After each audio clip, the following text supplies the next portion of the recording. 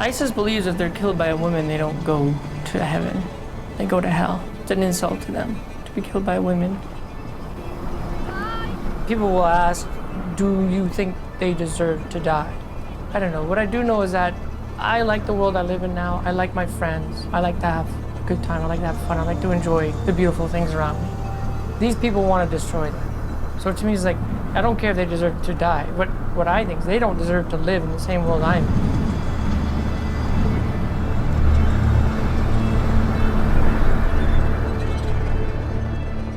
Well, they don't want to get killed by the women. So I wrote that poem for them. And it says, "Fear us women, O enemies of humanity, for you who die by our hand will burn in hell forever."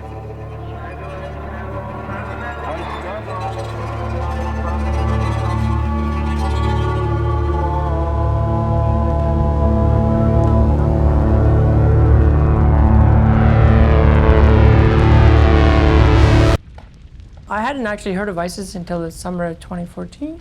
One of my coworkers was showing me a video.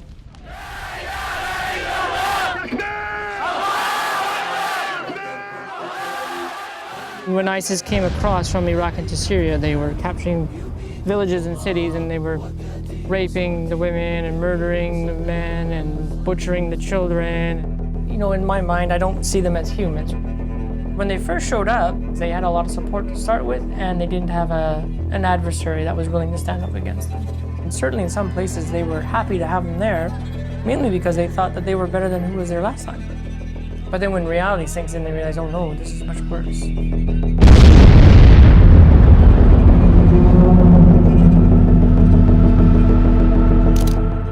A bunch of things happened that made me look at my life and reevaluate it.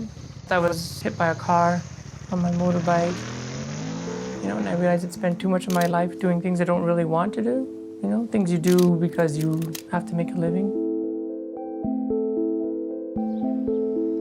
I had the good fortune of growing up in a very safe country where in other places they struggle just to get by every day. I've always been very aware of that and very conscious of that, and I've always wanted to pay it forward, my good fortune of having grown up in Canada. We don't build our lives out of nothing. We build our lives out of opportunities. And but other people in the world, like in Syria, they don't have opportunities. They're told this is the way you live, and if you try to move out of that, then we will oppress you, we will kill you, arrest you, torture you, whatever, right? You're forced to be this way. I really started to follow the war in Syria and what ISIS was doing.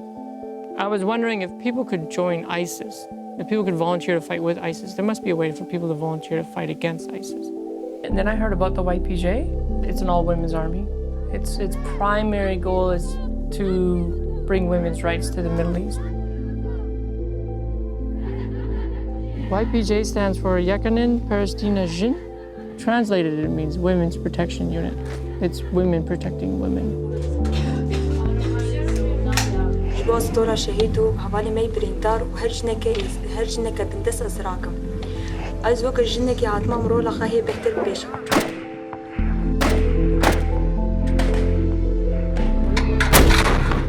I thought this would be a great thing to join. I wanted to be a part of them. You know, I watched all the videos and I read all the material I put on them and stuff like that, and I thought, I don't want to watch this anymore. I want to be there. I want to see it. I really wanted to help with the women's revolution. And then I found out about a recruiting page on Facebook, and I contacted that page. And then they put me in touch with a YPJ recruiter, and it just went from there. And that was October 2014. She used to be a fashion model and a biker, but one day Hanna Bohman decided to switch her life of comfort in Canada for the unforgiving battlefields of Syria, and is one of many Western volunteers to have joined the Kurdish-led fight against Islamic State. I was never a professional model. I dabbled in it almost 15 years ago. You know, I'd rather be known as, you know, the Canadian who joined the fight for women's rights, not the ex-model who, you know, of all the things to be known by, that's kind of lame. And what's particularly annoying is that when a news story comes out, oh, the ex-model did this and that, there's always people commenting, and there's like, what kind of model was she? Like a hand model? She's hideous. Right? So it's just like, you missed the whole point of the story. The point of the story is that women are fighting ISIS. right? The complete opposite. You have the ISIS that wants to enslave the world, and then you have the YPJ that wants to free the world. And they're fighting each other, good versus evil in the truest sense. And all you're worried about is some fucking chick that you may or may not have been a model at one time. You know? The first time I was smuggled across the border into Syria, we had to drive for quite a ways to get to the border, and it was a river crossing, so in the middle of the night we had to go across in a rubber dinghy.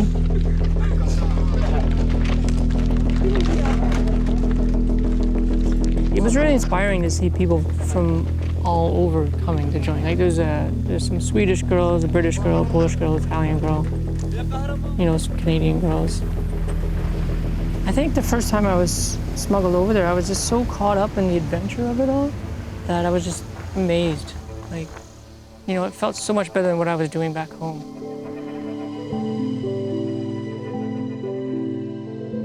I was the third Western woman at the time, so they were still trying to figure things out. I was supposed to go for 15 days of training, ended up being 5 days. All I learned was to tear out the AK.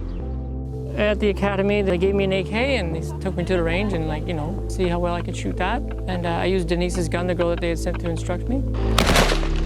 She was, like, really impressed. She was like, oh, I have a sniper. So then they gave me the sniper rifle. See what I'm trying to do? Yeah. I'm trying to make you not focus.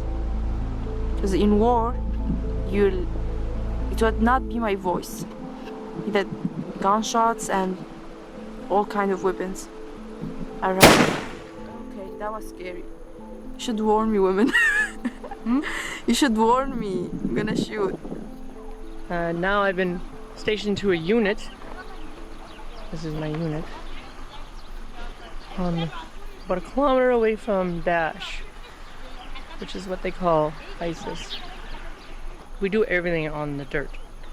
We sleep on the dirt, we work on the dirt, we cook on the dirt, we eat on the dirt, and we shit on the dirt.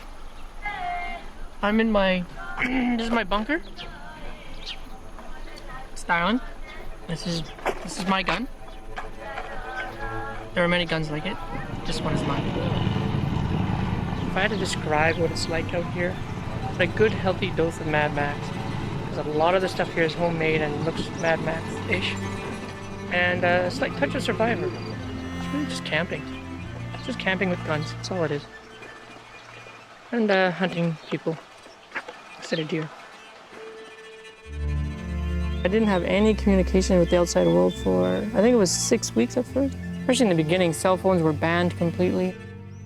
Turns out my father died the day after I sent out my last message. So a month ago. I wasn't close to my father or anything. I barely knew him. There's no way I was going to spend thousands of dollars right back there to see some stranger on his deathbed. I mean, I feel bad for him dying of cancer like that, but whatever. We all die, one way or the other. I can get a bullet in my head anytime now. Well, I think I was there about 6 weeks and I was going crazy. Most of the time I spent waiting for something to happen. And the commanders, they could tell though. So I ended up going to a different unit, a mobile unit, a fighting unit. And my first night there, we get in a firefight. So I was like, yeah, okay, this is where I want to be. I'm happy now. I think it was the second or third day I was walking from the outhouse back to where we were staying and a sniper started shooting at me. Right about here, and all of a sudden you could hear it across and then hear the gunshot. So I hit the ground, and then it was like, another one. So the sniper's definitely gunning for me. I'm gonna have to mess with him somehow. I was the sniper in my unit. I was the only sniper in my unit. Like a real sniper, you need patience.